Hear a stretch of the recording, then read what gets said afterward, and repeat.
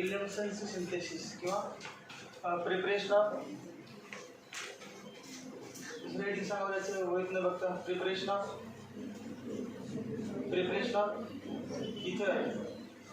Of ether from alkyl halide याचं दुसरं नाव आहे विल्यमसन सिंथेसिस किंवा reaction of alkyl halide with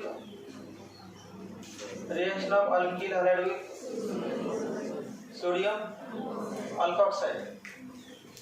समजा असलेलं CH3OH मिथिल अल्कोहोल या methyl अल्कोहोलमधील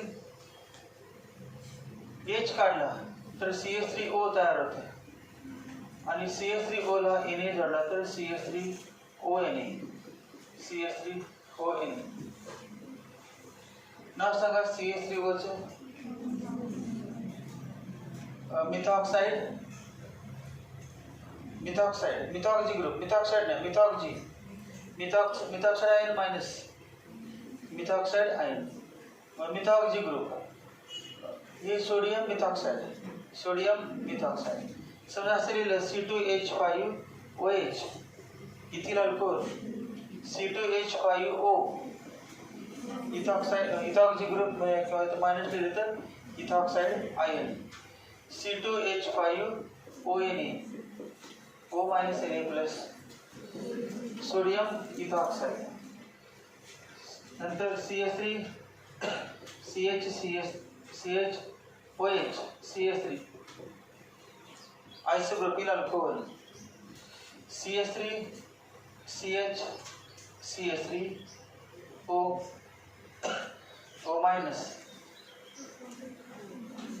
आइसोप्रोपॉक्साइड ion CH3O Na plus. सगळ्या ठिकाणी मायनस प्लस असते दिलेले नाही होते. Sodium isopropoxide CH3OH tertiary butyl alcohol मधील CH3 thrice CO CH3 thrice CO tertiary ब्युटॉक्साइड ion CH3 thrice CO Na plus. Sodium tertiary ब्युटॉक्साइड.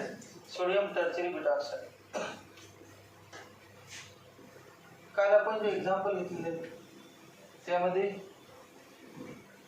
General reaction अशी होती RX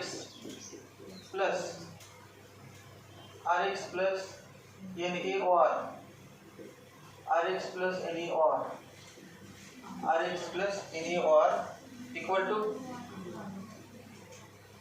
ROR प्लस NaX.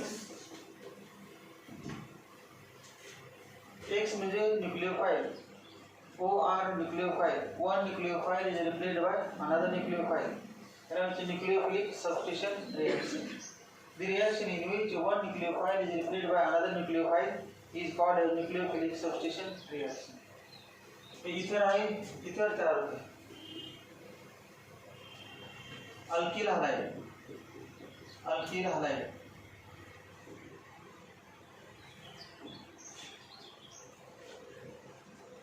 काल जे आपण रिएक्शन घेतले त्यामध्ये हे प्रायमरी अल्किल हॅलाइड होते. Plus NaOR heat ROR plus NaX.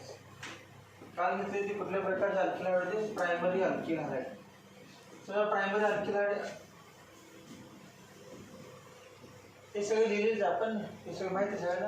त्या टाईपचे सगळे इम्पॉर्टंट आहे तेच. अल्कोहोल माहीत पाहिजे, अल्कॉक्साइड आयन माहीत पाहिजे, sodium alkoxide, methoxide, ethoxide, isopropoxide, tertiary butoxide या गोष्टी सगळं माहीत पाहिजे.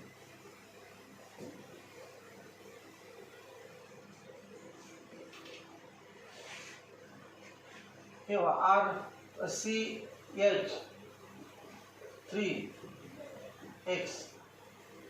CH3X CH3X. Nature of chemical bond, chemical bonding chapter झालेलं 11वीचं. त्यामध्ये मिथेन मॉलिक्यूल आहे. Methane molecule has regular tetrahedral geometry. Methane मॉलिक्यूलची जॉमेट्री कशी असते? Regular tetrahedral. हा टेट्राहेड्रल जोडले की टेट्राहेड्रल तयार होते. फक्त या ठिकाणी काय दिले? एक्स. मग याचं जॉमेट्री कुठले? टेट्राहेड्रल. अँगल असतं 109 डिग्री 28 मिनिट. कुठला पण हा अँगल माझा, ह्या अँगल माझा, कुठला पण अँगल असतो तो 109 degree 28 minute.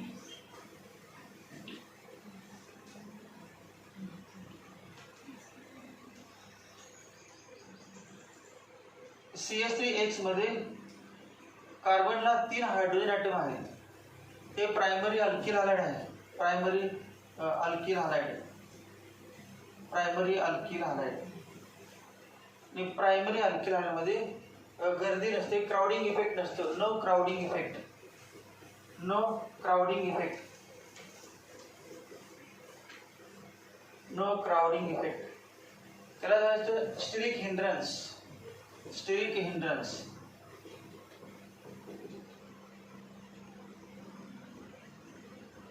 No steric hindrance.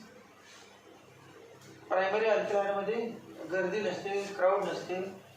मॉलिक्यूलची कार्बनच्या भोवती गर्दी कमी असते. लहान लहान हायड्रोजन ॲटम आहेत, म्हणजे संख्या लहान, साईज लहान आहे हायड्रोजन ॲटमची, त्यामुळे गर्दी नाही.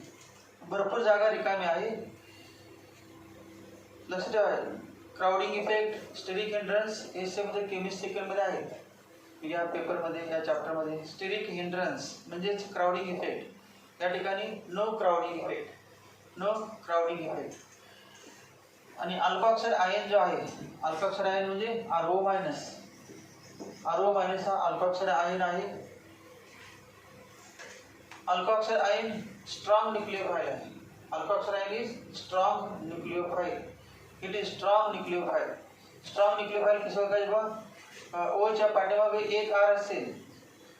अल्किल ग्रुपची टेंडन्सी काय सांगा? इलेक्ट्रॉन रिलीजिंग ग्रुप का electron withdrawing group? Alkyl group. Alkyl ग्रुपची टेंडन्सी सांगा, जे क्लासला होते नव्हते पण सांगितलं चालते. अल्किल ग्रुपची टेंडन्सी इलेक्ट्रॉन रिलीजिंग ग्रुप का इलेक्ट्रॉन विथड्रॉइंग ग्रुप? अल्किल ग्रुपचा इफेक्ट प्लस हा इफेक्ट का मायनस हा इफेक्ट? प्लस हा इफेक्ट और मायनस हा इफेक्ट. तेवढं 2-3 दिवस लक्षात. केमिस्ट्री सेकंड जर महिना 2-2 महिने लक्ष करायचं, तेवढी पावर लागते. विचार करण्याची, आठवण्याची पावर लागते. जेव्हा रिएक्शन घेतलं त्यावेळेस म्हणा केमिस्ट्री एकदम सोपं आहे. उद्यापासून क्लासला यायचं, लावायचं नाही. क्लास लावून समजेल पण विसरत आहे, न लावायचं याचा प्रश्न नाही.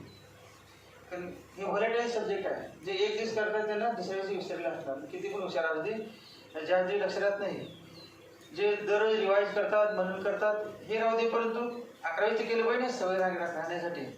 11वीचा हायड्रोकार्बन दररोज रिव्हिजन करत असाल. 11वीचा basic principles of organic chemistry दररोज आठवत असाल तुम्ही. केमिस्ट्री नाही, फिजिक्स, बायोलॉजी कुठलं पण जे आठवत असतील त्यानंच मेमरी शार्प होणार. आणि त्यांचे महिना 2-2 महिने 3-3 महिने किंवा आता 11 झाल्यानंतर तुम्हाला 12मध्ये राहिलं. 11वी सगळी चॅप्टर लक्षात राहील पाहिजे. 12वीची एक्झाम होईपर्यंत. कारण सीटला 11वीच पण 20% असतं. 20 म्हणजे 50 मार्काचं सीटला फिजिक्स असते. मग त्या 50 पैकी 10 मार्काचं काय असते? 11वी. 11वी 10 मार्काचं आणि 12वीचं 40 मार्काचं. केमिस्ट्री पण तसंच काय, 40 मार्काचं 12वी आणि 10 मार्काचं 11वी. मॅथ्समध्ये 80 मार्काचं. पण 2 मॅथ्सचा पेपर 2 मार्काने असतो. 50 क्वेश्चन असतो. 80 मार्काचं 12वीच असते आणि 20 मार्काचं 11वीच. बायोलॉजी पण त्यामध्ये असणार. सीईटीचं बायोलॉजी पण त्याच भरते. 80 मार्काचे बायोलॉजी 12वीचं आणि 20 मार्काचं.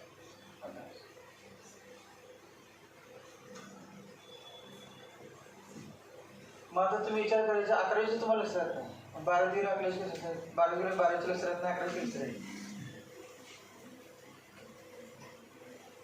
कुठलं युनिट्स अँड मेजरमेंट्स पहिला चॅप्टर आहे तो आठवतो. 12 11वीचं दाखलं घातलं पण 12वीचं कसं असणार 11वीचं कसं असणार दोन्ही मिक्स झालं तर मग 11वी नको 12वी 10वीचं पाठ करू असेल 11वी 12वी दोन्ही तर 10वीचं व्यवस्था 10वीला 2 वर्ष जास्त अनुभव 10वीचा अभ्यास करेल.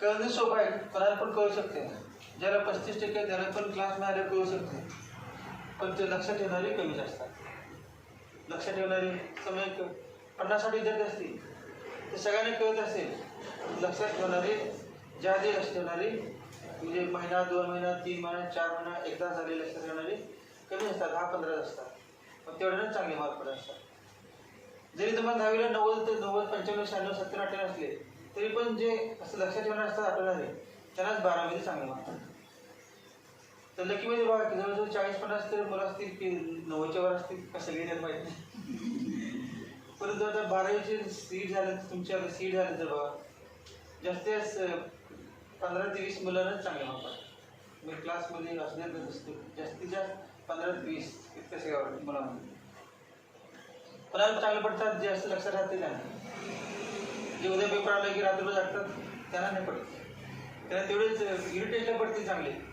सगळ्यांना ते म्हणतील तू 2-2 महिने अभ्यास केलास तुला पण 20 पैकी 20 पडले आणि मी रात्रभर जागून गेलो पडलं रात्रभर जागून अभ्यास केला मला 20 पैकी 20 मग ते विद्यार्थ्याचा अहंकार काय मी एकाचा अभ्यास केला त्याला काही येत नसते फक्त तात्पुरतच परीक्षा आल्यानंतर पुन्हा घरी विचार काही येत नाही त्याला तेवढेच फक्त परीक्षेवर आलं तर तेवढीच कॅपॅसिटी असते 15 मिनटं 20 मिनटं किती 10 तास किंवा 12 तास त्यापुढे गेले की कंप्लीट विसरलं असतं मग अशा मुलांना CET JEE नीट काय जमत नाही 12वीच्या बोर्डाची परीक्षा काय जमत नाही 11वी जाऊन नका एक चॅप्टर असते त्यात पण तेवढे सांगितलं असतं क्वेश्चन्स किंवा तेवढेच पार्ट असतात पण जेव्हा जेव्हा चॅप्टर संख्या वाढते तेव्हा टेन्शन आलं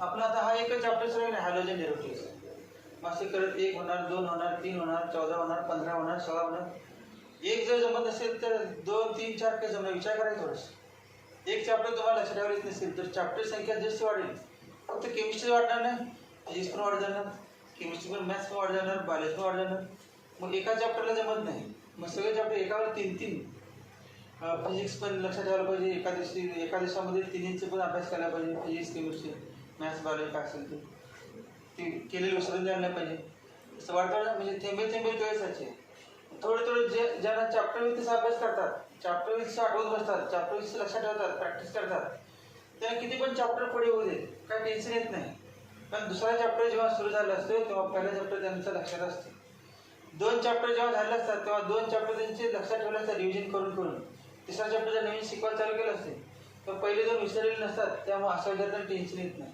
म्हणजे कोण असं आठवायची प्रॅक्टिस करते ना ते फक्त एका विषयात सांगितलं तुझे फिजिक्सचे 2 चॅप्टर झाले ते पण लक्षात राहिले असतात पुन्हा बायोलॉजी पण 2 लक्षात असतात पुन्हा या पद्धतीने मग तुम्ही विचार केल्यानंतर बा किती डिफिकल्ट आहे किंवा डेंजरस आहे सर आता तुम्हाला याच्यात एक रिॲक्शन विचारता येत नाही मग चॅप्टर कसं असणार चॅप्टर येत नाही 2 चॅप्टर कसं असणार 2 चॅप्टर येत नाही 15 चॅप्टर कसं असणार केमिस्ट्री लक्षात राहणार फिजिक्स लक्षात राहणार मॅथ्स लक्षात राहणार सगळे कसं लक्षात राहणार किती म्हणजे विचार करण्याची गोष्ट आहे फक्त म्हटल्यानंतरच काय चेक करून पडतील ऐकूनच आपल्याला एक पॉईंट जमत नाही तर सगळे चॅप्टर कधी विचारच केला नाही तिने आपलं लक्ष ठेवायचं मला 10वी झाले 10वी सगळे होते 11वी झाले 11वी सगळे होते 12वी जमायचं काय 12वीची परीक्षा आल्यानंतर कळत आता जे 12वीला मुलांत बाहेर त्यांना जास्त काय जमत नाही कारण त्याची 11वी परीक्षा झाली होती त्यामुळे 11वीच काही जास्त अभ्यास केला होता नंतर 12वीची परीक्षा होणार नाही म्हणून भरपूर जण ज्यांना काही नाही ते निवांत बसले आपण गेल्यासारखे अभ्यास नाही करता पास होणार आपण 12वी मग परीक्षा आई म्हटल्यानंतर मध्ये मग दंगा सुरू होते परीक्षा होणार नाही किंवा ऑनलाईन परीक्षा घ्या म्हणून भरपूर मुलं 90% मुलं खुश होते बरं झालं आपली परीक्षा होणार नाही कारण त्याला ते अभ्यास झाला होता वर्षभर अभ्यास केला होता आशेवर बसले होते की परीक्षा कॅन्सल होईल मग आता शेवटच्या महिन्यावर काय करणार सांगा एक महिन्याभर एक चॅप्टर घेतलं तर एका चॅप्टरला 1 महिन्यात होत नाही ठेवलं मग महिन्याभरात सगळे चॅप्टर 15 सगळे फिजिक्स केमिस्ट्री मॅथ्स बायोलॉजी काय कसं करणार मग त्यांना काय हे करू का ते करू पेज उघडत असणार पेज उघडणार टेन्शन आलं असते, घाम पडलं असते, आपण त्याला झोपणार, परत उठल्यानंतर आणि कुठलं उघडणार पण असंच. तो महिना असं जातं टेन्शनमध्ये. काय मला म्हणतात महत्त्वाचं सांगा. महत्त्वाचं काय सांगा समजलं नाही. सगळंच महत्त्वाचं असते, महत्त्वाचं कुठं सांगा. जे पेपर काढणे असतं त्यांना एकदम सोपं पण महत्त्व असते. एखादं शिक्षक असतं त्याला सोपं महत्त्व वाटतं त्यांना, मग ते विचारतात. मग सगळ्यांना अवघड केलं असते, परीक्षेला सोपं विचारलं, मग सोपं कोणाला येतच नाही. त्यामुळे महत्त्वाचं सगळेच महत्त्वाचं असते. किती लहान पाठ असेल सगळं महत्त्वाचं असते.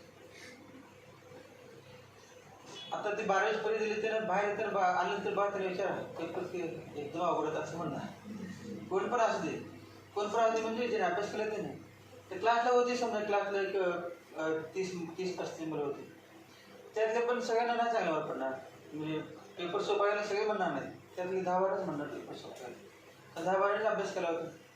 क्लासला आलं म्हणून पेपर सोपा जात नाही, अभ्यास पण करायला पाहिजे नाही. तुम्हाला कळालं केमिस्ट्री एकदम मला कळायला लागले. आता काय सुरुवात झाली बरोबर, पण लक्षात पण ठेवणार. लक्षात ठेवून तुमची काम किती पण कळालं तर परीक्षेमध्ये तुम्हाला लिहायचं तर लक्ष राहायला पाहिजे नाही. मग लक्ष राहण्यासाठी तुम्ही अभ्यास करायला पाहिजे. मग 100% कळालं तरी पण 0 मार्क पडू शकतो अभ्यास नाही केला. त्यामुळे सगळ्यात महत्त्वाचं काय लक्षात ठेवणं. मग ज्यांना लक्षात ठेवायचं मेमरीमध्ये लक्षात ठेवायचं 2-2 महिने 3-3 महिने 4-4 महिने टेक्निक आहे, त्यांना कधी टेन्शन येत नाही. आता समजा म्हटलं आपण आत्तापर्यंत झालेल्या पार्टची उद्या टेस्ट घ्या, त्याला टेन्शन येत नाही. कारण दररोज आठवत आलं असतं, लक्षात असतेच ऑलरेडी. उद्या म्हटलं काय पडते लक्षातच असते, कधी पण टेस्ट घ्या, काय पडवत टेस्ट. काय नाही सांगितलं की महिन्याभरात टेस्ट आहे तरी पण एक चॅप्टर होत नाही. 1 महिन्यानंतर आपण म्हटलं हॅलोजेन टेस्ट आहे तरी सर 0 पडणार. 1 महिना अगोदर सांगून भरपूर असतात. मी क्लासमध्ये भरपूर असतात, परंतु निगेटिव्ह आलं नको. क्लासमध्ये आता म्हटले त्यापैकी सांगितलं महिन्याभर टेस्ट आहे तरी 0 पडणार. हॅलोजेन निगेटिव्ह इतकं सोपं असं.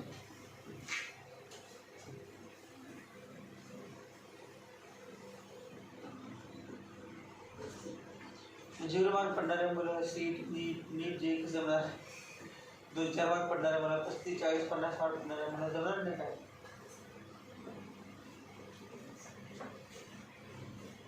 तरी मग प्रयत्न करतात. काही मला ना सीटला 12वीच्या बोर्ड एक्झामला किती मार्क पडले असतात, पण ते रेग्युलर क्लासला असतात, लक्ष दिलेलं असते, अभ्यास पण केला असते, लक्ष पण दिलं असते, परंतु त्याचे लक्ष राहत नाही. अभ्यास केला असते, हार्डवर्क केलं असते, कायम अभ्यास करत असतात, लक्ष राहत नाही. परंतु ते 12 झाल्यानंतर समजा इंजिनिअरिंगला घेतलं ते पिकअप करतात, डायरेक्ट फर्स्ट पण येतात एखाद्या त्या ट्रेडमध्ये. त्या बेस त्यांचं चांगलं झालं असते. तुम्ही अभ्यास दररोज करताय बरोबर, मार्क्स कमी पडतात त्याचा विचार करता. अभ्यास तर करताय, तुमचं काम तुम्ही केलं असतं अभ्यास करायचं. परीक्षेमध्ये मार्क्स कमी पडले तर जास्त पडेल. त्या 3 तासामध्ये CETच्या तुम्ही किती मन शांत आहे त्यावरती अवलंबून असते. त्या 3 तासामध्ये तुम्ही किती स्टेबल आहे त्यावरती अवलंबून असते. वर्षभर किती पण अभ्यास केला त्यावेळेस तुम्ही अनस्टेबल असाल तर काय उपयोग होत नाही. त्यामुळे ते 3 तास जास्त महत्त्वाचे असते. म्हणून भरपूर जण अभ्यास करून पण कमी पडतात मार्क्स. सीटचा अभ्यास केला असते, रेग्युलर अभ्यास केला तरी पण मार्क्स पडत नाही. मग त्यांना लक्ष राहत नाही की तेव्हा शेवटच्या 15 ते घाबरलेले असतात. घाबरल्यावर वर्षभर केलं असं विसरलं असतं. काहींचे बघा की चॅप्टर पूर्ण केलं असते आणि तुमच्या पूर्ण केलं असते, आठवत पण असते, आणि दुसरा एखादा व्यक्ती म्हणा माझा अभ्यास करून झालेला आहे आणि तो त्याला काहीच नसते तरी पण तो अभ्यास झाला होता, तुम्हाला टेन्शन येतं. त्याला काय नाही तरी पण अभ्यास झाला होते. मी वर्षभर करावलं एक चॅप्टर माझा अभ्यास म्हणून केले पण विसरले. मग त्याला आनंद होते त्याचं केलेलं विसरलं बरं झालं. त्यामुळे दुसऱ्याचं ज्याला काही येत नाही त्याचं काय ऐकायचं नाही. ज्याला काही येत नसेल, पेपर चालू असेल, समजा युनिट टेस्ट असेल किंवा काय, त्याला 3-3, 4-4 करून जेवढे असेल तुम्ही अजून अर्धाच पेपर रिकामा राहिला असते, मग तुम्हाला घाम पडते. ती हुशार असून घाम पडते. त्याला काय नाही 3 पॉईंट कसे झाले, सप्लिमेंट काय झालं, पण नंतर कळते की तो नापास झाला तुम्हाला पैसे पडले. ते पेजेसवरती अवलंबून असते किती पूर्ण जेवढे तरी महत्त्वाचे नसते. काही जण एका पेजवर एकच वेळ दिले असतात, त्यामध्ये त्यांचे पूर्ण फास्ट जोडत असतात. पहिली वेळ येतात आठवत नाही, दुसऱ्या बघायला मिळत नाही, बघण्याची जागा सोडतात, पुन्हा दुसरं असं करत करत त्यांचे 3, 4, 5 तास करून परत ते काय रिकामे राहते. त्यामुळे 0 मार्क पडतात. त्यामुळे दुसऱ्याकडे बघायचं नाही दुसरा किती पेपर लिहितोय किती देतं. दुसऱ्या सांगितलं माझा पूर्ण अभ्यास झाला तुझा अजून झाला नाही म्हटलं की परत पण ते दिसणार.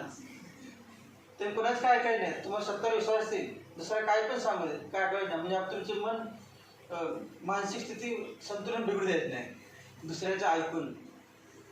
त्यामुळं असे काही विद्यार्थी असतात बा बाहेर अकॅडमी गेले असतात आणि तुमचे मित्र असतात का मैत्रिणी असतात नाही, तो पण अकॅडमीला असते बघायला असते, पण ह्याचा अभ्यास बंदच असं होते काही ठिकाणी. म्हणजे मित्र गेला अकॅडमीला, पण हा दोघांचे मार्क समान असतात. तो अकॅडमी गेला असतो त्याचे जास्त पैसे असते त्यामुळे हा गेला नसतो. परत नंतर त्याचा फोन आला असते की तो या ठिकाणी आला असते बरं असते, मला 50पैकी 40 मार्क पडायला सीटला, किंवा प्रत्येक टेस्टला 50पैकी 55 पडले, 55 नाही 50पैकी 49 पडायला असे याबद्दल मला असते. मग इथं जो अभ्यास करायचा त्याला टेन्शन होते, आपण पण गेलो असतो बरं झाला. आणि नंतर 12चे निकाल लागले असते तेव्हा कळते की तो नापास झाला आहे, तुम्हाला चांगला पडला. असं बाहेर गेल्यानंतर काय सांगितलं ते 50पैकी 40 पडतात, ते विश्वासाची वाट नसते, ते बघून पडलेलं असते, दुसऱ्याचे बघून सर्कल भरलं असते. आईवडील काय म्हणतील, आईवडील मारतील का, आपले इतके पैसे आणलेत म्हणून बघून पडल्या सुरुवात केलं असतं. आईवडिलांचं म्हणजे रागवायला नको आपल्याला, तेव्हा असं काही विश्वासाची वाट नसते.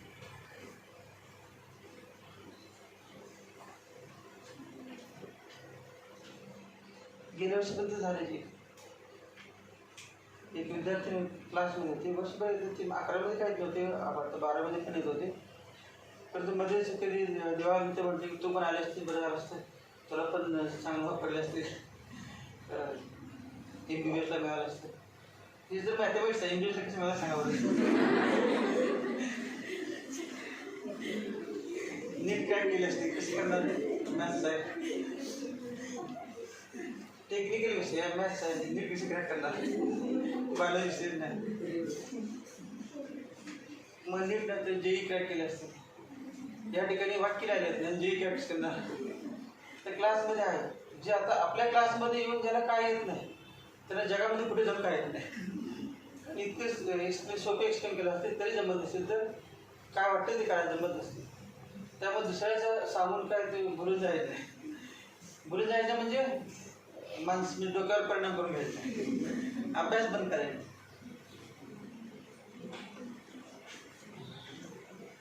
मग असं झालं सांगायला लागतं मला, आत्ता मी ह्या वर्षी सांगायला लागलं. शेवटच्या 2-3 महिने सांगितल्यानंतर पुन्हा टेन्शन आलं त्यांना. घरामध्ये सगळं आईवडिला म्हणणार तुम्ही मला काय अकॅडमी घातलं नाही, आणि पण मित्राचं मैत्रिणीचं अकॅडमी घातलं असते, मी JEE क्रॅक केले असते म्हणाय काय जाते, कोण म्हणते ज्याला 50% ते पण होते मला अकॅडमी घालून मी JEE क्रॅक करतो. पालिकेसाठी त्याला जायचं कारण का जाय असते, बाहेर टाइमपास करायला मिळते. 35% वाले काय क्रॅक करायला सांगा बरं, त्याला काय येत नाही. तर 90% वाल्याला वाक्य येत नाही, 35% काय करणार. मग शेवट म्हटल्यावर मी JEE क्रॅक करतो, नीट क्रॅक करतो, CET क्रॅक करतो. क्रॅक म्हणायला सोपं आहे, म्हणून प्रत्येकाला ते क्रॅक इतकं वाटते क्रॅक करायचं मी काय माहिती दिसते क्रॅक करायचं. क्रॅक करायचं म्हणजे क्रॅकिंग आता होतंच, क्रॅकर्स क्रॅक करायचं आहे. म्हणणं आणि करण्यात जीवनात असं फरक आहे ना. जे म्हणतात ते कधी करून दाखवत नसतात, परंतु जे एकदा म्हणतात आणि अभ्यास म्हटलं एखाद्या विद्यार्थ्याने मला CET क्रॅक करायचं, एकदा म्हटलं सुरुवातीला 11 झाल्यानंतर आणि पुन्हा 2 वर्ष अभ्यास केला त्याची क्रॅक होणारच. पण ध्येय काय असते, जर दररोज म्हणत बसून जप करत बसून काय उपयोग आहे का नाही जप करून.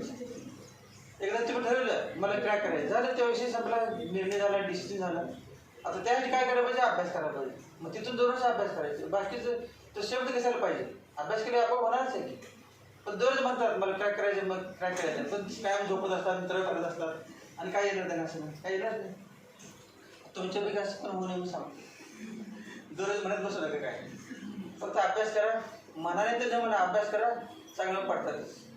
तुम्ही क्रॅक करायचं, क्रॅक करणार न म्हणता जर अभ्यास केला तरी सर रिझल्ट चांगला मिळतील. तर शब्द म्हटल्यावर काही फरक पडत नाही. पण काय विद्यार्थी असते की अगोदर आपण 100पैकी 100 मार्क पाडणारच म्हणतात आणि स्टार्ट करतात, परंतु काही जण न म्हणता अभ्यास करतात तरी पण पाडतात. मॅथ्स काय म्हटलंच पाहिजे असं नाही, अभ्यास केला की तुम्ही तो शब्द मनात दररोज विचारला की पाहिजे, किंवा प्रत्येक वेळेला तुमचे काय ध्येय आठवण करून दिली पाहिजे, पण असं काय नाही. तुमच्यापैकी कोणी असेल जास्त सगळ्या म्हणा मला हे काय करायचं काय करायचं म्हणणार, काय करा परंतु कोणाला न म्हणता म्हणा, नंतर पण म्हणणार वर्षभर तू क्रॅक करणार म्हणतात, तुला दाखवा झालास मग मला चांगले पडले. पण त्याच्यात टेन्शन तुम्हाला कायमचं मित्र मला असं म्हणते खरं सांगणार पण सगळे मला अपमान करतात, मी जास्त अतिच केलं म्हणून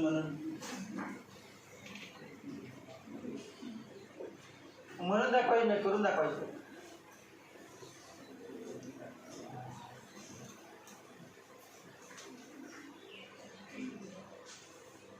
विल्यमसन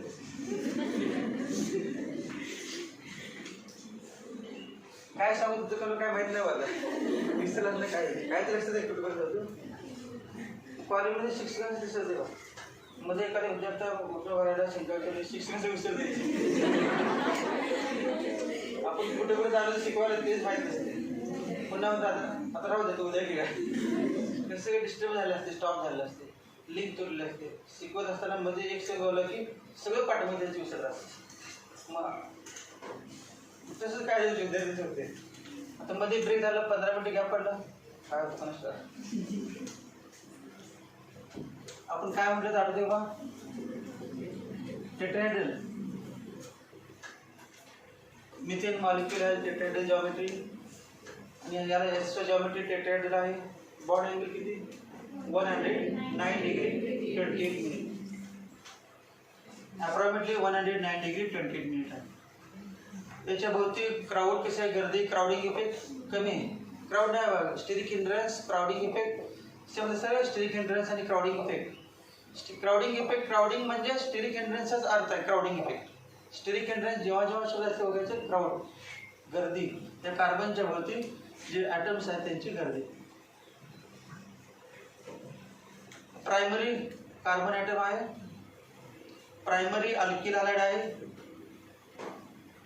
आणि प्रायमरी अल्किल हॅलाइडमध्ये क्राउडिंग इफेक्ट नसतो. विलियमसन्स मध्ये या अल्किल हॅलाइडचे रिएक्शन कोणाबरोबर करणार आपण, कोणावर केलेलं आहे आठव, सोडियम अल्फॉक्साइड.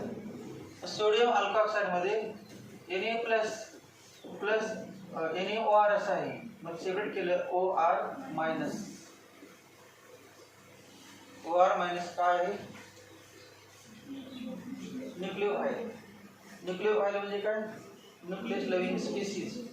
Nucleus loving species. मग न्यूक्लियस कसा असतो, पॉझिटिव्ह. मग हे कसं असणार, निगेटिव्ह. न्यूक्लियस पॉझिटिव्ह असतं, निगेटिव्ह असलं पाहिजे, इलेक्ट्रॉन रिच. आणि ओच्या पाठीमागं काय आहे बघा, आर. मग सांगितलं ओच्या पाठीमागं आर आहे.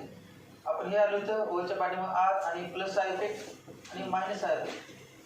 मग सांगा अल्किल ग्रुपचा कुठला इफेक्ट असतो, प्लस आहे का मायनस आहे.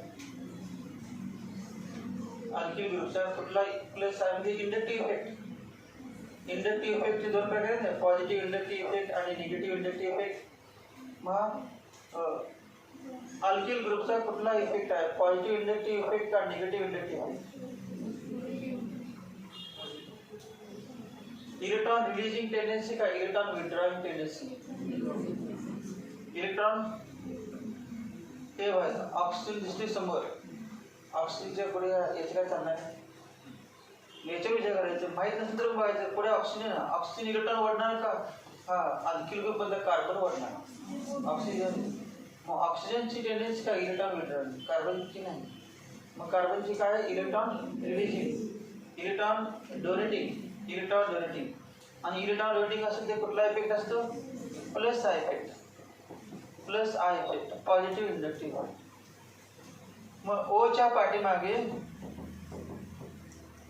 एक अल्किल ग्रुप आहे, इलेक्ट्रॉन दिला आहे अल्किल ग्रुपनं. मग ऑक्सिजनवरती इलेक्ट्रॉन डेन्सिटी वाढली का कमी झाली सांगा या अल्किल ग्रुपमध्ये. अगोदर होतेच 3 पेयर, पुन्हा याने थोडंसं आपली दिली पेयर त्यावेळेला ती वाढली. मग इलेक्ट्रॉन डेन्सिटी वाढली म्हणजेच काय, याची दुसऱ्याला इलेक्ट्रॉन देण्याची टेंडन्सी वाढली. इलेक्ट्रॉनची डेन्सिटी वाढली ना जास्त, वाढली म्हटल्यानंतर दुसऱ्याला इलेक्ट्रॉन देण्याची टेंडन्सी वाढली. अगोदर पण देणार होताच न्यूक्लिओफाइल, इलेक्ट्रॉन डोनेटिंग हा इलेक्ट्रॉन रिलीजिंग न्यूक्लिओफाइल आहे. It donates a lone pair of electron to another species. Sir 2 alkyl group असतील तर काय होईल सांगा बरं. एक अल्किल ग्रुप आहे, दुसरं घेतलं 2 अल्किल ग्रुप. मग 2 अल्किल ग्रुप आणि एक अल्किल ग्रुप मध्ये कुठल्या ऑक्सिजनची इलेक्ट्रॉन देण्याची टेंडन्सी जास्त आहे, कोणाची. 2 कारण त्याने पण इलेक्ट्रॉन डेन्सिटी दिली, याने पण दिली, जास्तच इलेक्ट्रॉन वाढले, इलेक्ट्रॉन रिपल्स फोर्स वाढला, त्यामुळे इझिली देणार. अजून एक घेतलं आपण, याच्या पाठीमध्ये तीन काय अल्किल ग्रुप, 3 म्हणजे या व्यक्तीनं हे असं लिहायचं, ओ त्या पाठीमागे कार्बन आणि या कार्बनला हायड्रोजन हे असं आहे.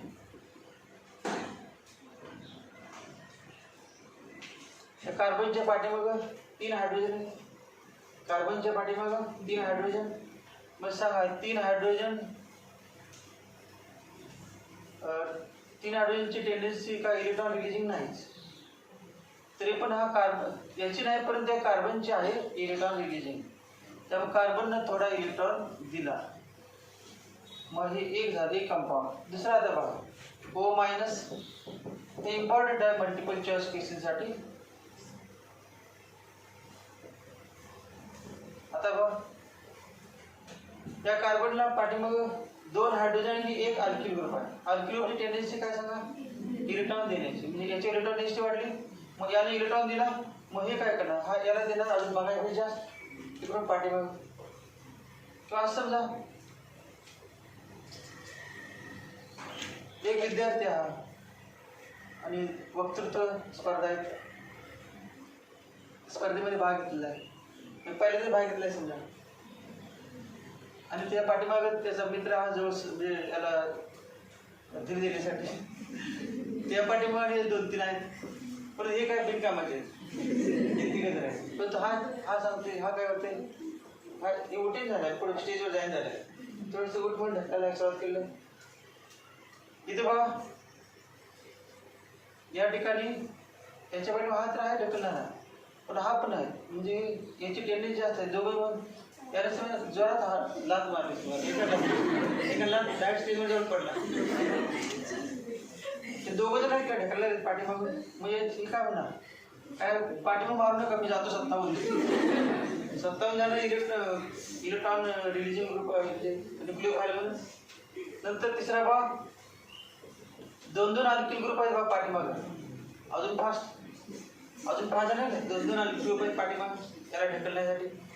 शेवटच्या मध्ये बघा तिघ आहेत, शेवटच्या मध्ये बघा 3-3 अल्किल ग्रुप आहेत, 3. हे सगळ्यात फास्ट म्हणजे अंतळी जाणार, डायरेक्ट चालू जाणार, डायरेक्ट अंतळी स्टेजवर जाणार. बस सगळ्या सांगा स्ट्रॉंग न्यूक्लिओफाइल कुठला, स्ट्रॉंग न्यूक्लिओफाइल म्हणजे टर्चरी आहे का, मग टर्चरी न्यूक्लिओफाइल कसं आहे, टर्चरीचं स्ट्रॉंग बेस पण आहे, base is the substance which donates a lone pair of electron. मग हा लोन सगळे 2 पेअर देतात, परंतु इझिली कोण देणार आहे, टर्चरी. त्यापेक्षा कमी इझिली सेकंडरी, त्यापेक्षा कमी इझिली प्रायमरी, आणि सगळ्यात कमी हा मिथिल. सगळे न्यूक्लिओफाइल आहेत, परंतु स्ट्रॉंग न्यूक्लिओफाइल कुठला, टर्चरी. स्ट्रॉंग न्यूक्लिओफाइल किंवा स्ट्रॉंग बेस टर्चरी.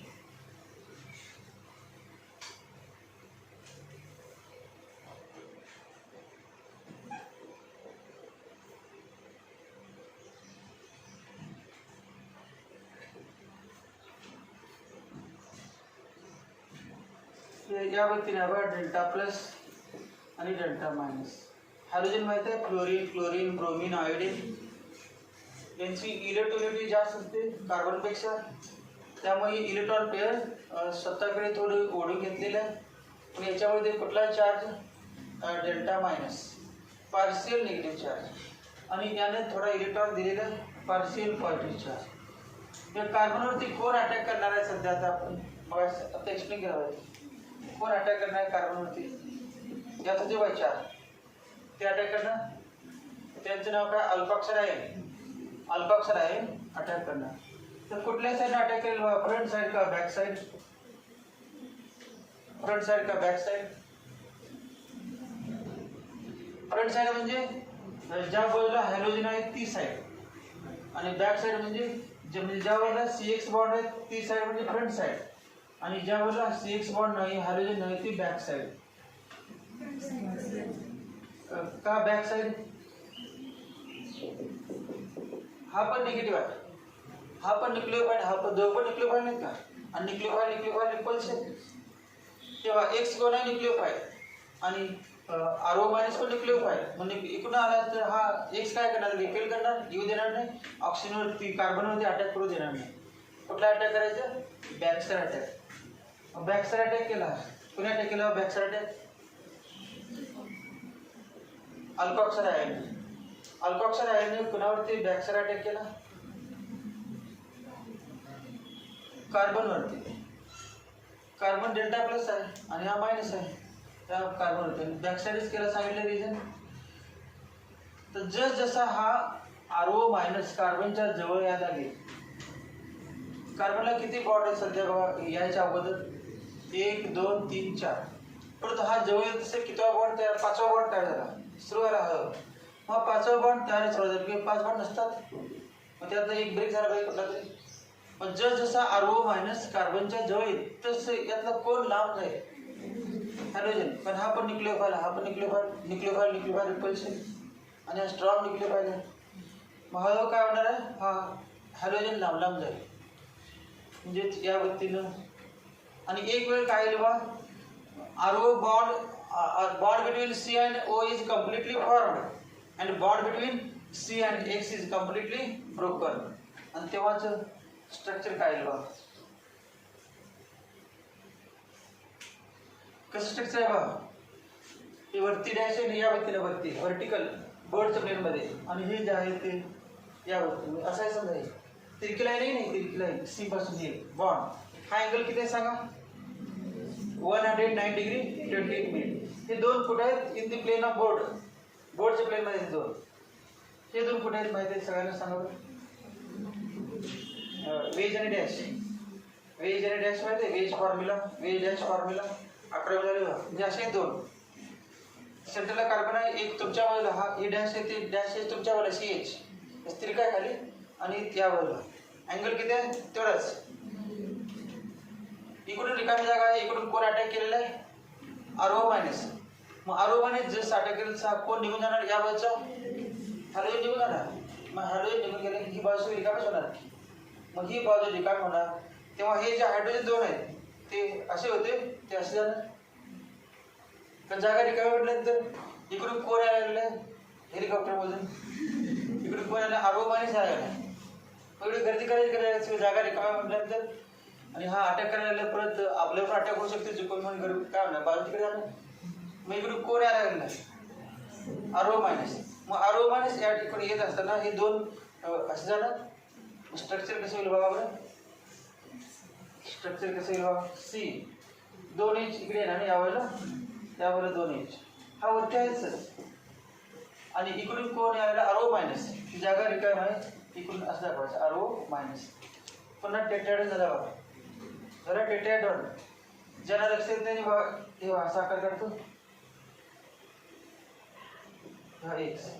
अम्ब्रेला दिसते बघा, हे अम्ब्रेला. या व्यक्तीनं आरओ मायनस अटॅक केल्यानंतर अम्ब्रेला, आरओ मायनस अटॅक केलं म्हणजे काय? वारा जोरदार ना, अम्ब्रेला उलटी झाली. बघ झाली बघा, यामध्ये गेली का? हे बघा अगोदर आपण या बाजून पकडलं होतं, आता माहिती त्यामध्ये पकडलं. मग तिने त्यावेळेला गेली. एक असं वरती आहे, हे दोन असते या वरती नाही, त्याची एक वरती आहे आणि त्याचा आकार झाला. म्हणजे 100% काय? इन्व्हर्जन. म्हणजे 100% उलट झालं, आतील बाजू बाहेर गेली. म्हणजे याला व्हायचं 100% इन्व्हर्जन. 100% inversion of configuration.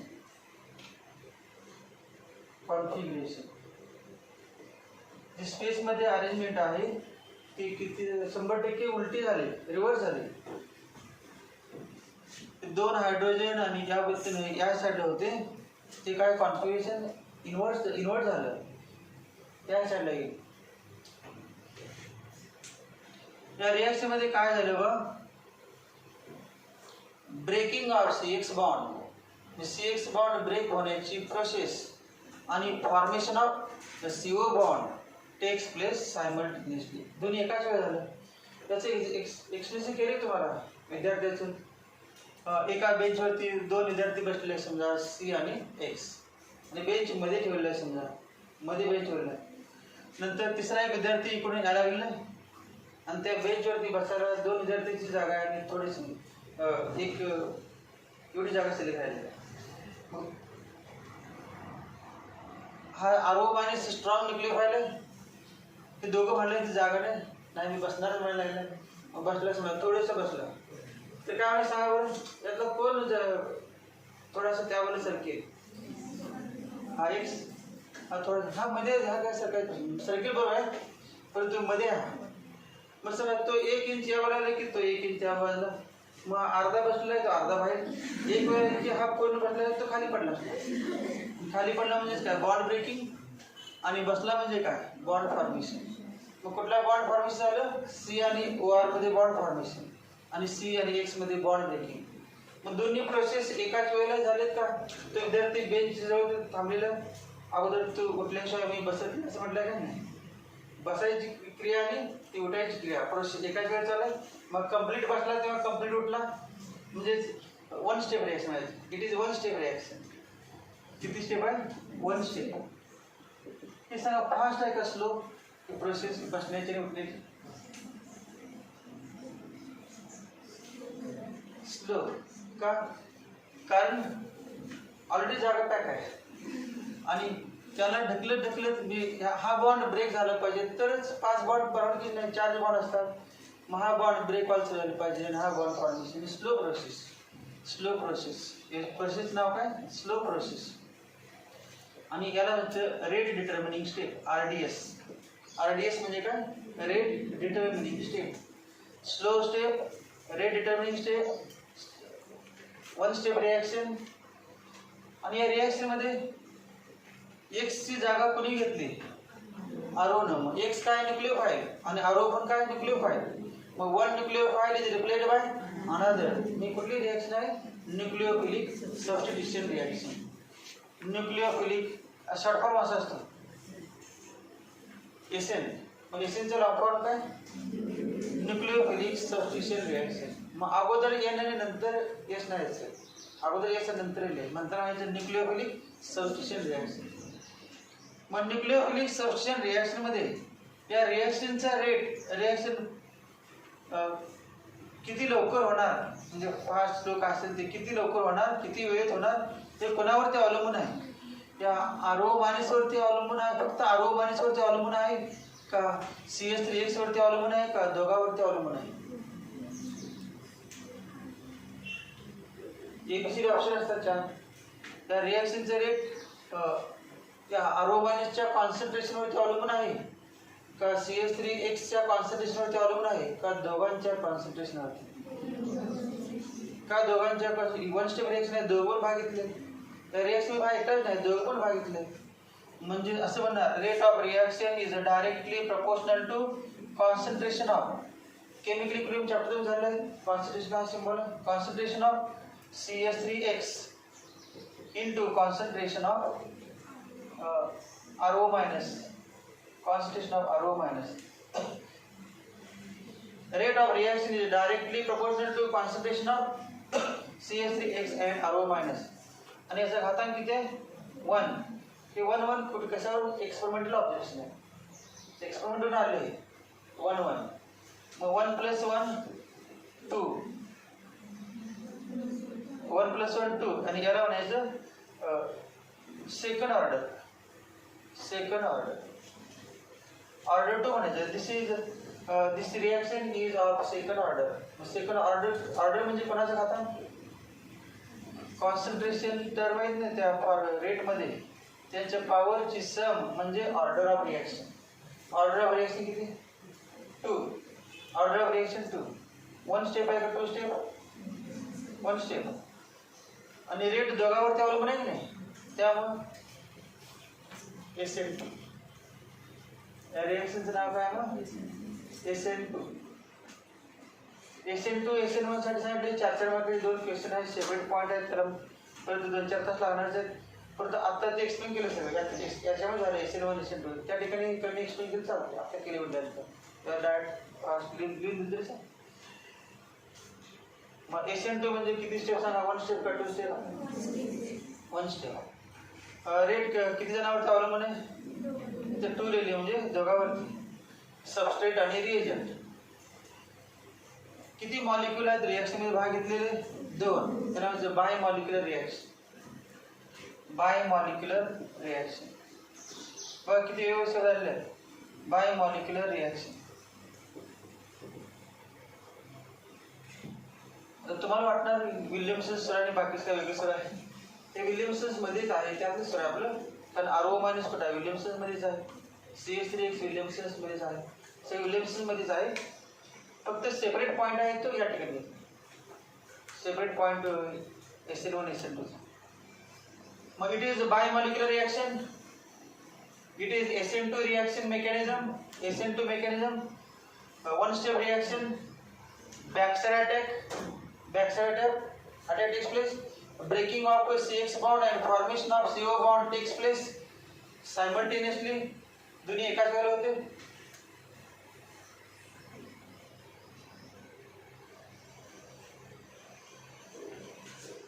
मग SN2 रिॲक्शन प्रायमरी अल्किल आलेला होते का सेकंडरीला का टर्चरीला?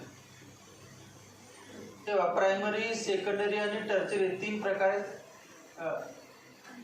अटॅक पण करणार, लांब पण जाणार. दोन्ही एकाच वेळेला गर्दी असणाऱ्या कंपाऊंड मध्ये होते का गर्दी नसणाऱ्या कंपाऊंड मध्ये? प्रोसेस गर्दी नसणाऱ्या. मग सेकंडरी मध्ये गर्दी जास्त असते, टर्चरी मध्ये अजून गर्दी जास्त असते. मग कुठल्या अल्किल आयनमध्ये SN2 रिॲक्शन होते? प्रायमरी, सेकंडरी, टर्चरी मध्ये? फक्त प्रायमरी मध्ये. मग आपण काल प्रायमरीच घेतले. मग कालच्यावर आलो, कालच्यावर येण्यासाठी आपला 20 तास गेला. काल आपण प्रायमरी अल्किल हायड्राइडचे विल्यमसन घेतले की नाही? मग प्रायमरीचे सगळं एक्सप्लेन केलं, आत्ता एक्सप्लेन केलं ते प्रायमरी. मग प्रायमरी मध्ये कुठली रिॲक्शन होते? SN1 का SN2? SN2. SN2 slow step RDS, one step reaction, 100% inversion. Rate is directly proportional to concentration of both substrate and reagent. Biomolecular reaction. Order of reaction is to. किती question आहे? Multiple choice question. प्रत्येक वाक्य म्हणजे काही question आहे, multiple choice question. सगळ्यात important काय? SN2 reaction primary, secondary आणि टर्चरी अल्किल हायड्रोकार्बनपैकी कोणाबरोबर होते? कोणाबरोबर? प्रायमरी. पण अटॅक करायचा बॅकसाइड अटॅक स्ट्रॉंग न्यूक्लियोफाइल असेल, गर्दी कमी असेल तरी कुठली रिॲक्शन होते? SN2 रिॲक्शन होते. वन स्टेपमध्ये होते. मग काल वाचायला तर ते लिहून दिलेलं नाही, परत तुम्हाला पाहिजे असेल तर व्हिडिओ बघू शकता. व्हिडिओ काय म्हणणार? व्हिडिओ कुठे बघायचं? कुठे बघायचं? पण असणार त्या ठिकाणी बघायला. बोर्ड होतं काय? व्हिडिओ दिसणार नाही.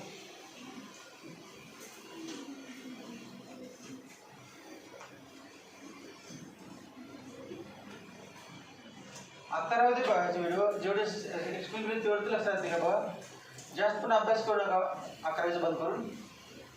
फक्त विसरून देऊ नका. अभ्यास तुम्ही 12वीचं करू नका, फक्त शिकवलेले विसरून देऊ नका. जे आपलं झाले ना, तर किती जवळजवळ महिना होता ना, महिना झालेच. महिन्याभरात एक चॅप्टर अजून अर्धा पण झालं नाही. फास्ट घेतलं असतं तर काय म्हणणं असतं? 2 चॅप्टर झाले. 2 जे लेट येणारे 2, 3, 4 पुन्हा अजून सुरूच आहे. झालेच नाही अजून निम्मा पण झाले नाही.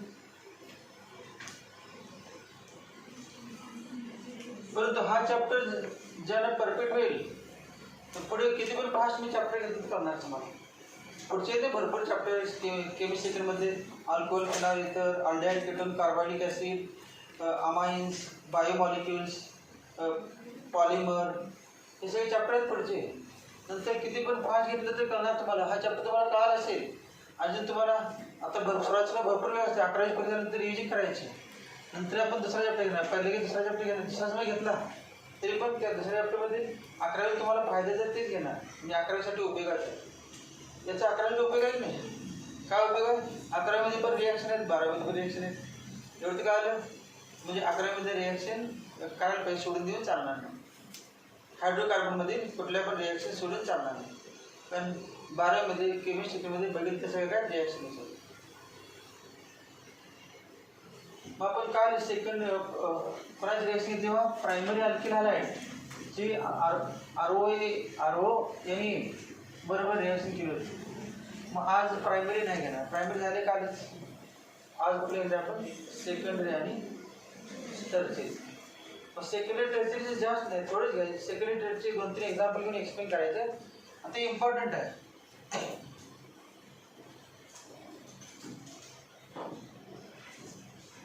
सेकंडरी डायरेक्ट टर्चरी घेतो. प्रायमरीची कुठली SN1 होते का SN2 रिॲक्शन SN2, मग टर्चरीची SN1 होते. प्रायमरीची SN2 होते आणि टर्चरीची SN1 होते. तर प्रायमरीची SN2 होते म्हणजे SN1 असणार आणि टर्चरीची SN2 होत नाही म्हणजे SN1 असणार. टर्चरी भाग CH3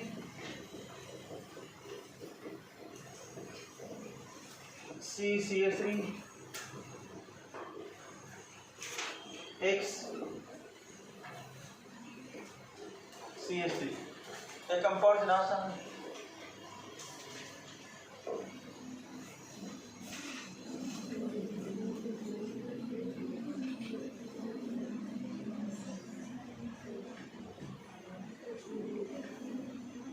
हा primary carbon, secondary primary carbon and tertiary carbon. The carbon atom which is bonded to 3 another carbon atoms is called as tertiary carbon. और tertiary carbon ला कोण हायड्रोजन, याचं नाव काय? Tertiary alkyl halide. अल्किल म्हणतो, butyl आहे, tertiary alkyl halide, tertiary butyl halide. आणि गर्दी आहे का बरोबर एक्स मागास बघा एक्स क्राउडिंग इफेक्ट झालं तर स्टार्ट आपण क्राउडिंग इफेक्ट केलं होतं, मग ते पण क्राउडिंग इफेक्ट आला याच्यामध्ये शब्द हे डेल्टा मायनस आणि डेल्टा प्लस. कार्बनवरती डेल्टा प्लस आणि हायड्रोजनवरती डेल्टा मायनस. कोण अटॅक करणार आहे सांगा बरं? OR मायनस अटॅक करणार आहे. OR मायनस अटॅक करणार. तर OR मायनस अटॅक करायला त्या कार्बनची होती गर्दी कमी आहे का जास्त आहे बघा, क्राउडिंग इफेक्ट जास्त आहे का कमी आहे? मग आपण हे घेतलं होतं H गर्दी नव्हती वाट H लहान होती 3, CH3 3 ग्रुप आहेत ना, मग गर्दी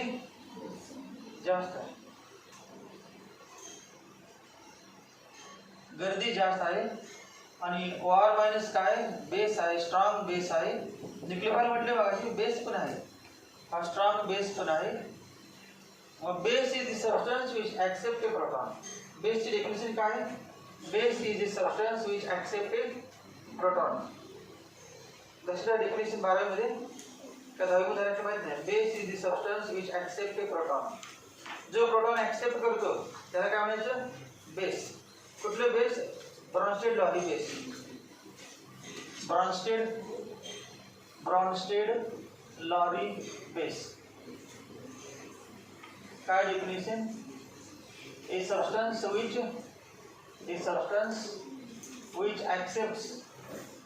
which accepts a proton. Proton म्हणजे H plus. A substance which accepts a proton is called as Bronsted-Lowry base. Lowry and Bronsted दोन सायंटिस्ट आहेत. Bronsted-Lowry base.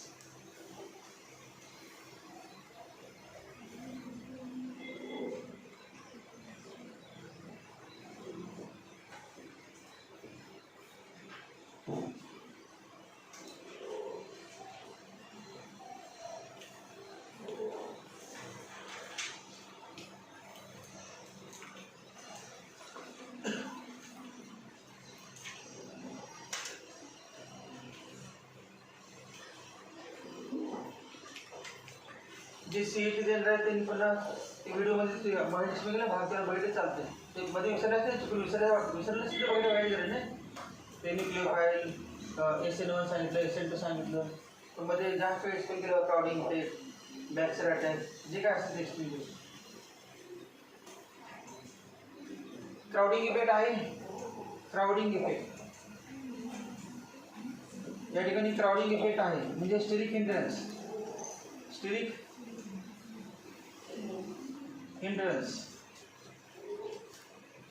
क्राउडिंग इफेक्ट म्हणजे स्टेरिक हिंड्रन्स. मग गर्दी असल्यामुळं अटॅक करायला डिफिकल्ट जाते व्हायला. कोण अटॅक इझिली करू शकत नाही गर्दी जास्त असल्यामुळं. OR मायनस कोणावरती अटॅक इझिली करू शकत नाही? कार्बनवरती. त्या काय समजा इथे OR मायनस आहे, OR मायनस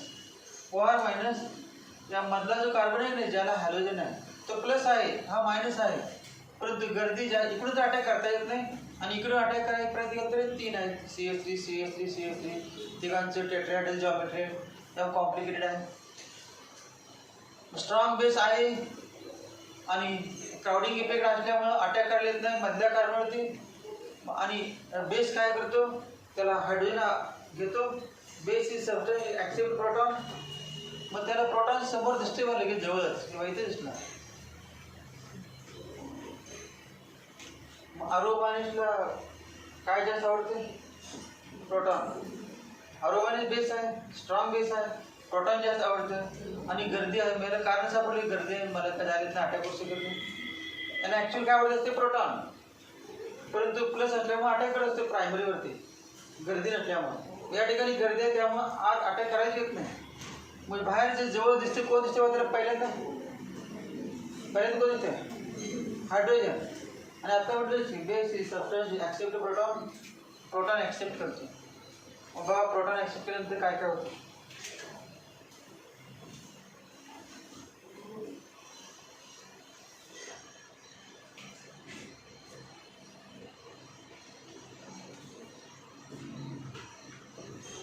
तेव्हा या गोष्टीनं होते.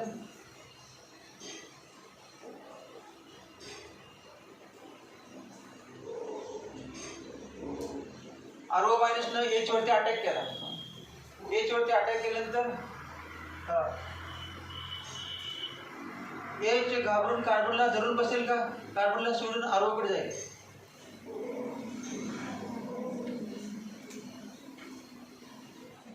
आरओ मायनसनं एच वरती अटॅक केला, मग एच हा कार्बनला पकडून बसेल का कार्बनला सोडून आरओ कडे जाईल.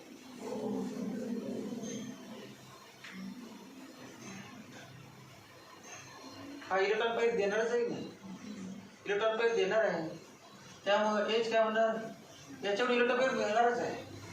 मग कार्बनला म्हणणार घे इलेक्ट्रॉन माझा पण. याचं ऐकायलाच पाहिजे, स्ट्रॉंग नाही का, नसेल तर ओढून घेणार. त्यामुळे स्वतःहून गेलं बरं आरओ मायनस एच. मग काय होईल बा,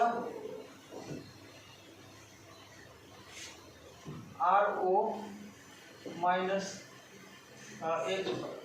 त्याने इलेक्ट्रॉन दिला म्हणून प्लस, त्याने घेतला म्हणून. तेव्हा सेपरेट होतं RO minus plus H plus असं नाही, एच प्लस निघाला. वरलं काय बघा CH2 CH3 X. इथे काय नाही सांग, हायड्रोजननं इलेक्ट्रॉन दिला म्हणून प्लस, त्या कार्बननं इलेक्ट्रॉन घेतला म्हणून मायनस. स्वतःचा एक इलेक्ट्रॉन होता आहे बॉन्डमध्ये आणि एक हायड्रोजनचा, 2 आणि मायनस. आता बघा पुढे ऑक्सिजननं इलेक्ट्रॉन दिला म्हणून प्लस आणि या हायड्रोजनने घेतला म्हणून मायनस. मग काय तर होईल, प्लस मायनस कॅन्सल, ROH तयार, अल्कोहोल तयार.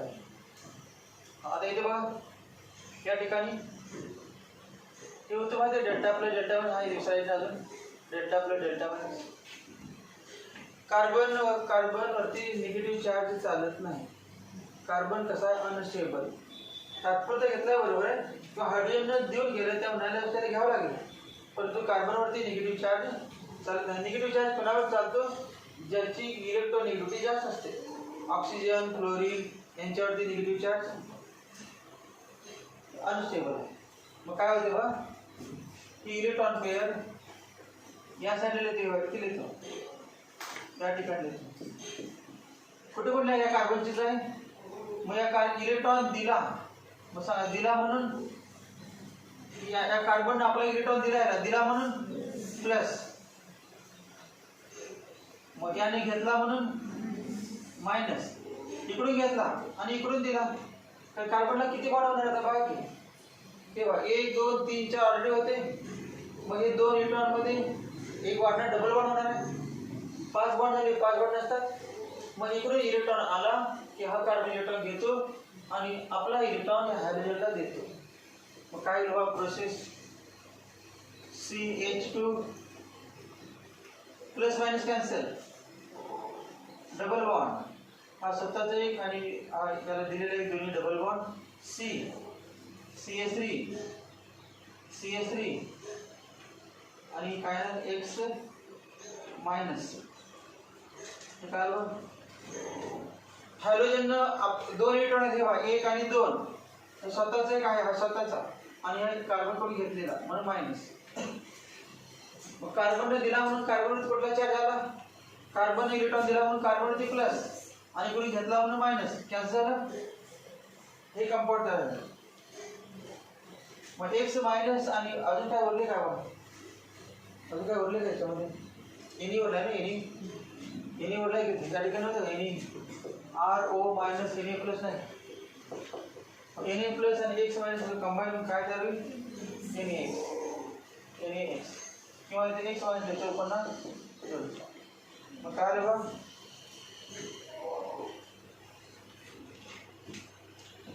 काल आपण टर्चरीचं घेतलं होतं, फक्त प्रायमरीचं घेतलं होतं आणि साडे टर्चरीचे वेगळे रिॲक्शन होते.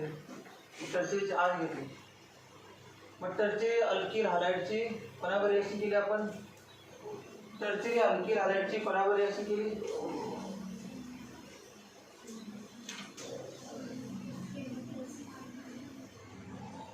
तो माहिती सगळ्या कुठले पण जे अकॅडमी असतात त्यामध्ये हिंदीमध्ये शिकवतात जास्त, जे बाहेरचे शिक्षक असतात तर मग हिंदीमध्ये कळते तर मातृभाषेमध्ये काय पाहिजे नाही. प्रॉब्लेम काय आपल्या महाराष्ट्रातल्या मुलांना बाहेरमध्ये शिकले कळत नाही, पण संपूर्ण भारतात हिंदीमध्ये शिकायला कळतं.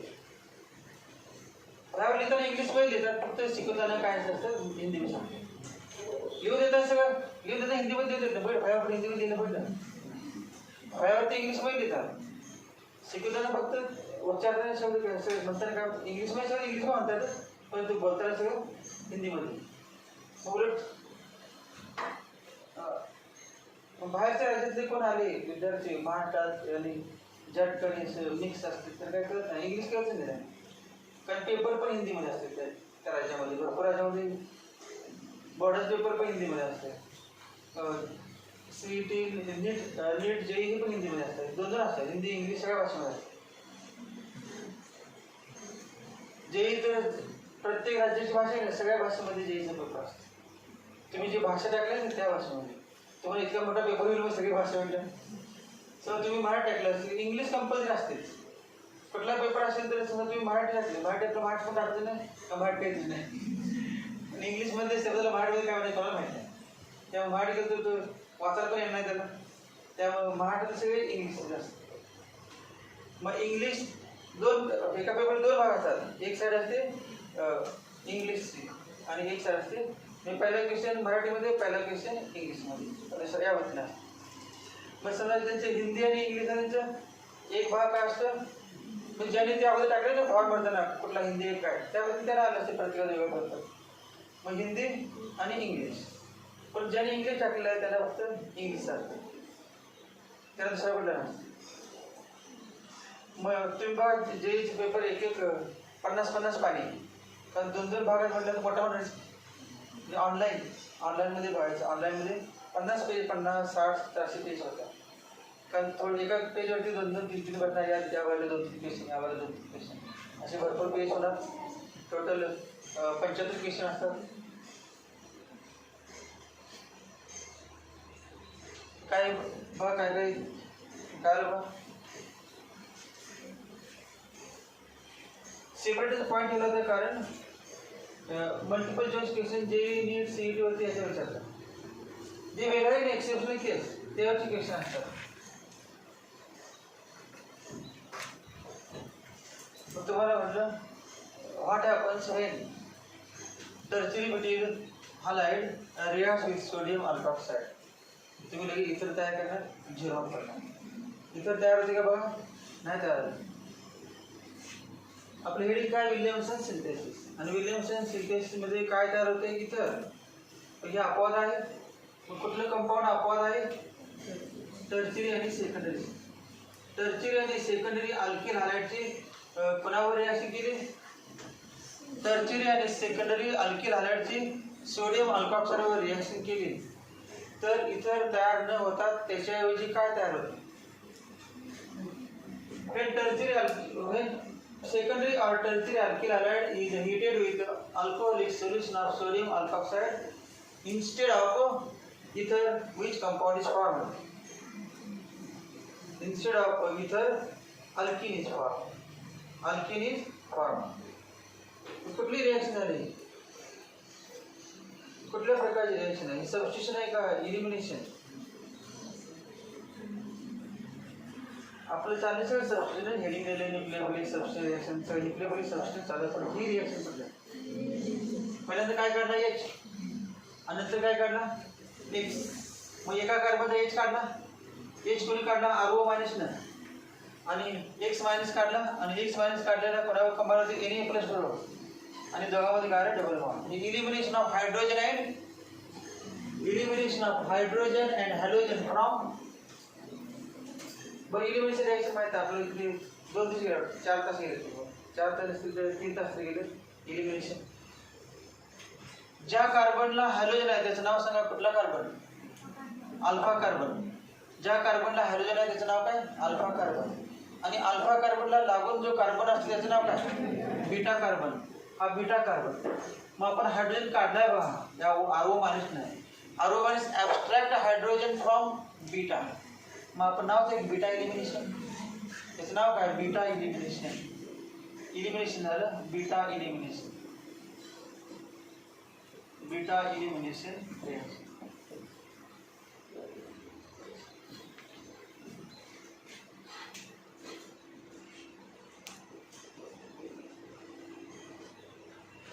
माहिती एक वाट केली अगोदर पुन्हा लिहिली आहे. हे इम्पॉर्टंट आहे. हे मल्टिपल चॉईस क्वेश्चन आहे. ते विचारतो की जे भरतो हे सुटेल नाही. आता तुम्हाला सुटेल माहीत झाल्यामुळं टर्शियरी आणि सेकंडरी घेतले काय तयार करायचं? अल्कीन. टर्शियरी आणि सेकंडरी अल्किल घेतलं आणि विलियमसन म्हटलं की इतर नाही तयार करायचं अल्कीन तयार. When alkyl halide is secondary or tertiary, when alkyl halide is secondary or tertiary, when alkyl halide is secondary or tertiary, alkyl halide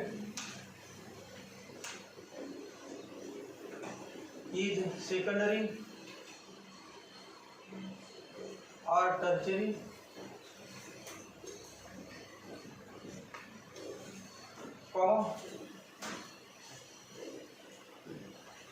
nucleophilic attack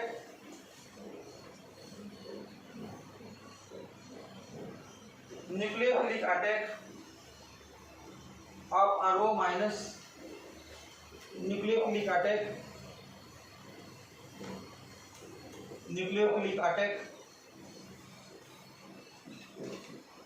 of RO minus on alpha carbon,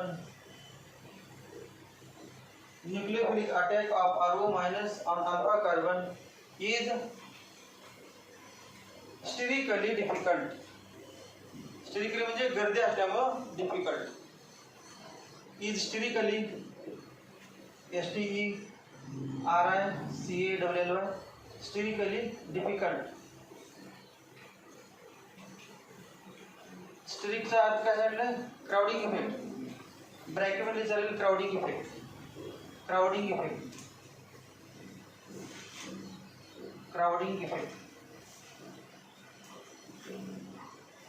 When alkyl halide is secondary or tertiary, the nucleophilic attack of RO minus on alpha carbon is sterically difficult. Full stop.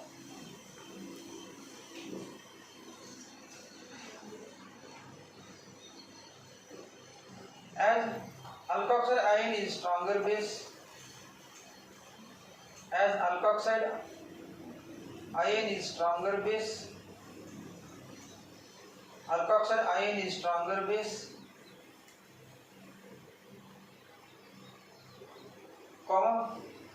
attack on beta hydrogen is easier.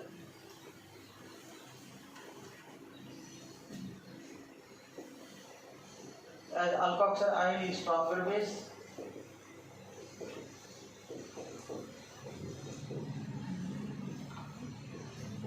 comma, attack on beta काय hydrogen, attack on beta hydrogen is difficult. कुठे होतं attack on alpha कार्बनचे attack difficult गर्दीमुळे. मग easy कोणावरती beta hydrogen.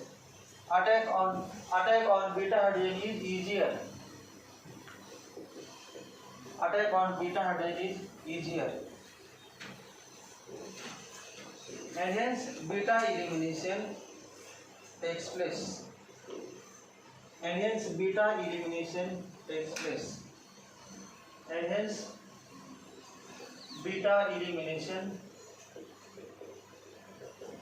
beta elimination takes place instead of nucleophilic substitution.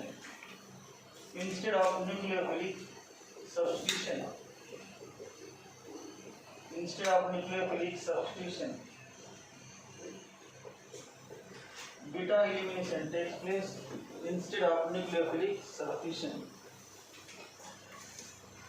After example.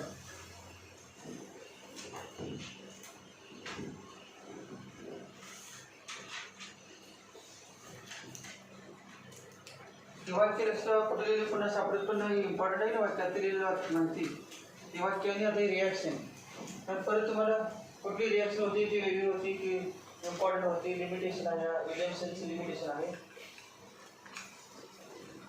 What is the limitation of Williamson synthesis म्हटलं की limitation आहे. Limitation of Williamson synthesis लिहा CH असं लिहा.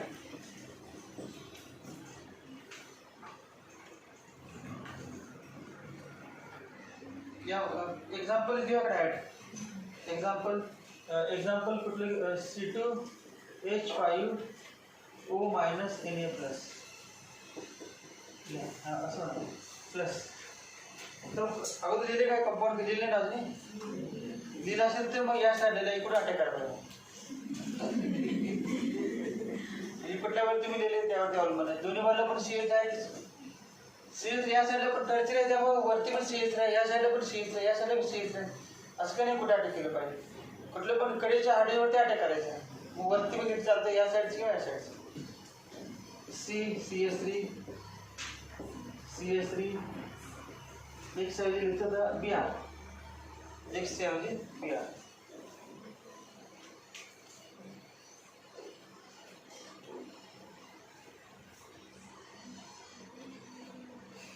सगळं एका स्टेपमध्येच करायचं. हे बघा अगोदर हे असेल हा ॲरो जातो. पुन्हा इथून युटर्न यावर गेलं जातो किंवा इथून डायरेक्ट इथं जातो यावरती आणि इथून यावरती. सगळं एका स्टेपमध्ये दाखवा काय काय झालं ते त्यावरती दाखवा.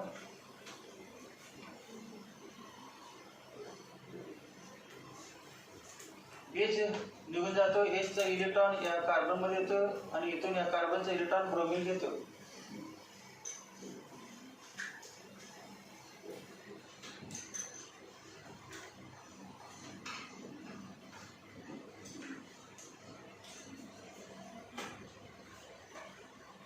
C2H5OH plus CH2 double bond CH3 plus NaBr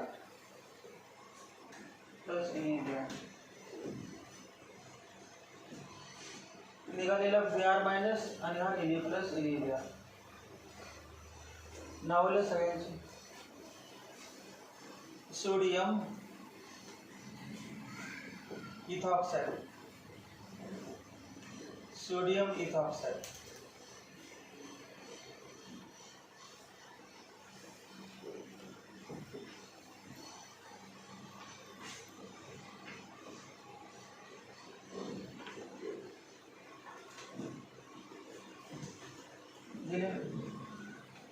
tertiary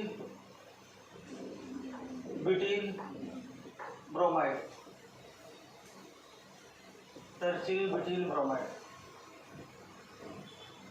tertiary butyl bromide. IUPAC name पढ़ले 1 2 3 काय IUPAC name 2 bromo 2 methyl propane, 2 bromo 2 methyl propane, 2 bromo 2 methyl propane. ठीक है, ethyl alcohol, ethyl alcohol, ethanol,